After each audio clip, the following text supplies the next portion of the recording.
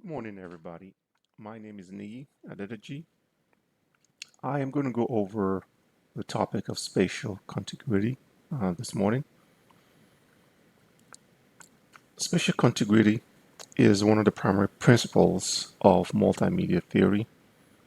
It focuses on how the placement of visuals and auditory tools used in presentations results in effective assimilation by learners. So we'll be going through that this morning.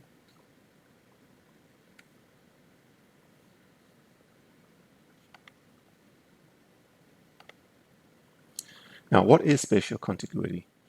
It's a fundamental concept in multimedia design that looks at how the placement of visuals, the use of auditory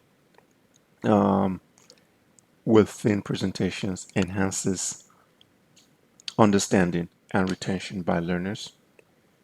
In the recent research by Siri, it also states that it is a theory, spatial contiguity is a theory rooted in cognitive theory that emphasizes simultaneous presentation of visual and auditory information, leading to enhanced or optimized learning outcomes.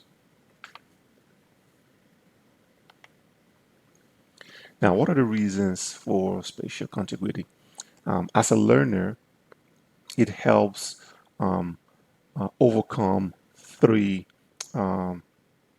issues that we see in learning. One is cognitive overload, the other is split attention, and then the third is extraneous processing. And just to provide a little bit more detail on what those are. So with cognitive overload, this occurs when learner has to coordinate matching words and visuals. This taxes the limited capacity of our working memory, our short-term memory. With split attention, this occurs when the learner has to always go back and forth between two or more locations on a screen, which leads to waste in cognitive processing, coordinating between two different sources of information. And then with extraneous processing, with this, that basically means it's cognitive processing unrelated to the instructional goal, which again is a waste from the standpoint of learning, and it impacts the learner's ability to organize and integrate material in working memory. So those are the pitfalls that we see in learning that spatial contiguity helps address. Now, what's the importance of memory, both working memory, long-term memory, in the learning process, and how does this relate to spatial contiguity? With spatial contiguity, we again talked about visual and auditory being close together. Again, it removes the waste from the cognitive processing and enables the memory, the user leverage working memory effectively to make meaningful connections, leading to meaningful learning. In the working memory, the new information is then organized and integrated with existing knowledge from long-term memory. Again, it's an optimized process of making sure what we take in as learners is useful information.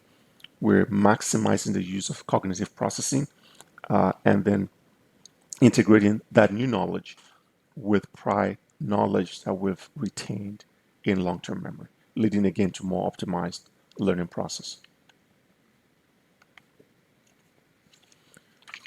When to use spatial contiguity? Now, based on research, there are three primary scenarios or use cases. One is when there's complex content requiring more working memory capacity. That will be one use case.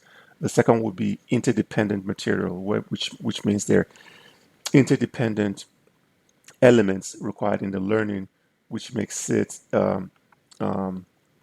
we're unable to convey meaning independently. All the elements are critical in the learning process. And then the third would be new content to the learners. We have different types of learners, which makes, as an instructor, you need to understand for your class where every learner is in the process. Do they have prior exposure to the content, or is it entirely new? If it's entirely new content, the use of spatial contiguity will be a use case for this. So with that said, I hope you found this presentation useful and you have a better grasp and understanding of spatial contiguity and why it's an important critical principle in instruction. Thank you.